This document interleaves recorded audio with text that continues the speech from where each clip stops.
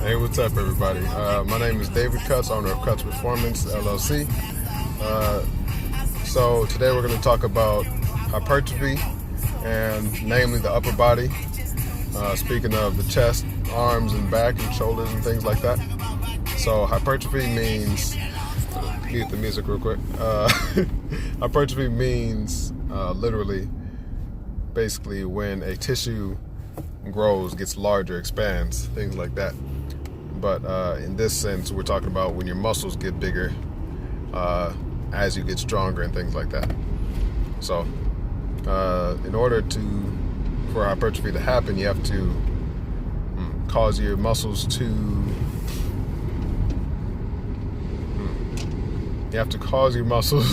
sorry, I'm thinking about driving because I'm in traffic a little bit. But you have to cause your muscles to undergo a certain level of stress in order for them to break down just a little bit, or for your muscles to incur damage, to break down, and then have to repair themselves, and they repair themselves stronger than before, which is how which is generally speaking how your muscles get bigger. So generally, how the main ways to cause hypertrophy is some type of weightlifting or resistance training, whether it's bands, push-ups, sit-ups, pull-ups, things like that, or bench press, shoulder press, different type of row variations, anything like that could cause hypertrophy. And then the actual main thing, along with the resistance training that you have to be doing, is to be in a caloric surplus. What that means is that you're consuming or taking in more calories than you're burning or expending. Yeah, there you go. That's the word. Taking in more calories than you're burning, basically. So taking in meaning whether you're eating or drinking your calories. So eating calories, just burger, like a chicken pot pie, whatever you're eating, whatever you happen to be eating. And then also drinking, because like water has no calories, but then things like pop or a smoothie or like a protein shake, they all have varying levels of calories, which all contribute to that caloric intake number. And then the caloric expenditure is all the things that you burn, all the calories that you're burning. Like first, you have your basal metabolic rate, which is how many calories you burn, your body needs to burn constantly just to stay alive. And then you have your resting metabolic rate. Resting metabolic rate, RMR, is the amount of calories your body needs to burn in order for you to stay awake and cognizant, just sitting there, not moving or anything like that. And then after that, over top of your resting metabolic rate, you have the calories that your body burns in order to break down the food that you do consume.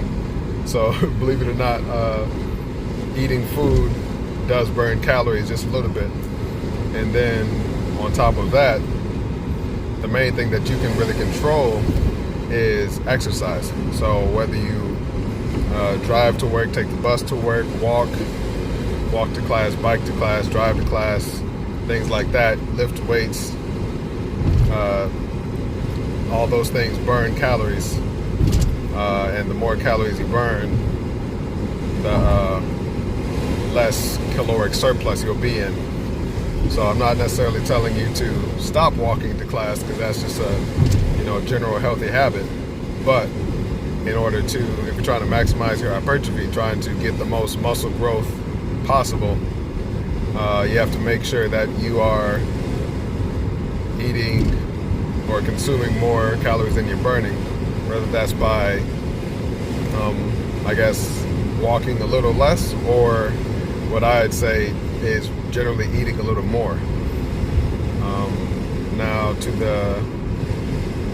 the diet portion of hypertrophy, I guess, is you want to still be eating healthy food. Like, you can gain weight and gain muscle by eating all types of, like, crappy foods, like just eat Super Big Mac or whatever, a large supersized Big Mac, McDonald's every day, because obviously that's a lot of calories. But that's going to cause you to just not only gain muscle, you're going to gain weight, just period.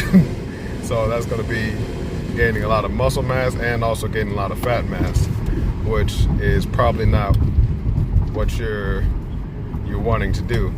So you still want to eat healthy, eat some lean proteins, eat lots of vegetables, but strategically speaking, I'd recommend that you eat the vegetables last, because vegetables sort of fill up your stomach more, as well as proteins. So they fill up your stomach, or they make you feel full more, and so it's not going to allow you to eat as much as possible. And also, a little trick is to consume a lot of liquid calories. Liquid calories are, like I said, just smoothies, drinks, anything like that, because that does not weigh in your stomach that much. So it allows you to, like, you can drink multiple smoothies, but then if you eat one Big Mac or something, you might be full because it feels heavy on you. Like that type of concept. Let me think.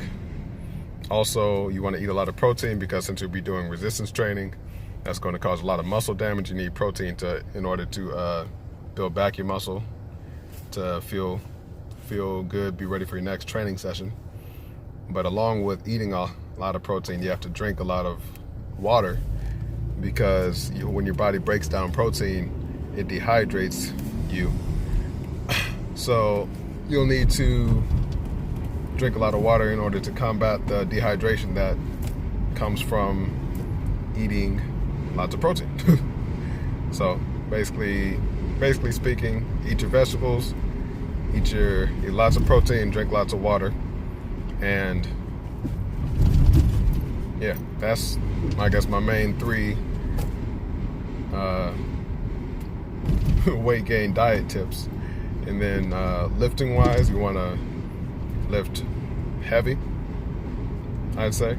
Lift moderately heavy to heavy. And for hypertrophy purposes, you want to have lift for high volume, so, or moderate to high volume also.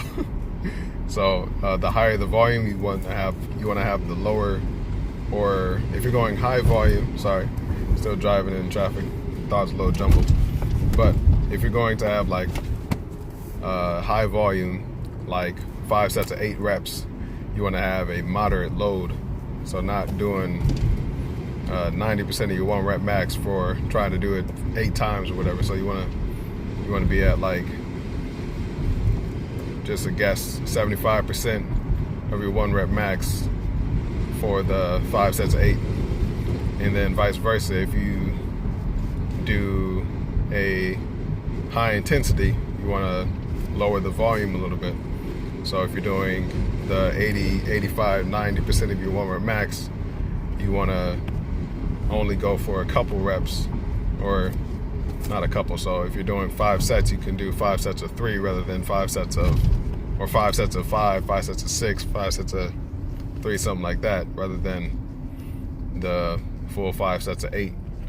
Because the higher the weight, the more it's going to weigh on your, or the more it's going to wear down, more it's going to wear down on your neurological power, your brain power, that you're able to exert strength, more so than just your muscles getting tired and things like that from the hypertrophy.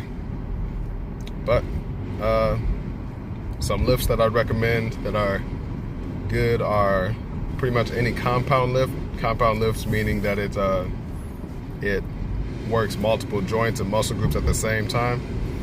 So like bench press, like that's a common staple to build your chest.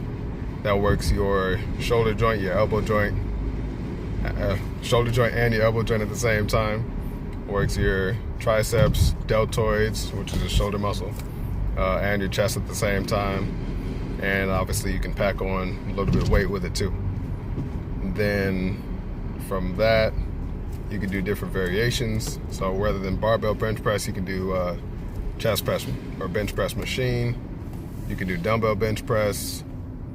You can do just basic push-ups, clapping push-ups, band resisted push-ups, assisted push-ups you can do. And then to train your back muscles, I definitely say rows. You can do machine rows, barbell bent over rows, dumbbell rows, kettlebell rows, upright rows, which is like that type of motion rather than just pulling straight back. You can do pull-ups, lateral pull-downs, anything like that. I guess shoulders, shoulder press, basically anything that you're doing some type of pressing motion, whether you're pressing forward, like straight forward or up, you want to do the same type of, or the opposite type of pulling motion. So if you're pressing forward, I want you to, or you should practice also pressing or pulling backwards at the, not at the same time, but along with it.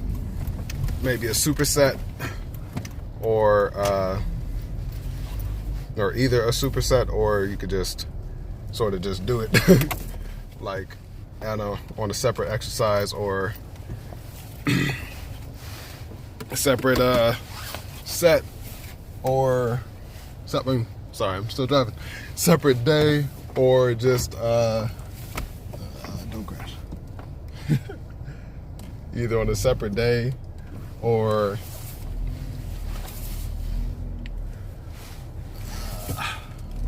about to park real quick. Almost to my destination. Sorry about that. All right. So so if you're doing like forward presses like a bench press or a dumbbell bench press, then I want you to also do like a sort of horizontal pull, like dumbbell bench over rows or barbell bench over rows. Or if you're doing shoulder press, which is like, or military press, which is going straight up, you can do pull-ups, which works like the opposite muscles in order to keep your body balanced, going both ways. And also a different type of vertical pull is, rather than pulling down with a pull-up, you can pull up with the upright row. So just keep your body balanced. Go medium to heavy reps, or medium to heavy weight, and also use medium to heavy load. So weight, yeah.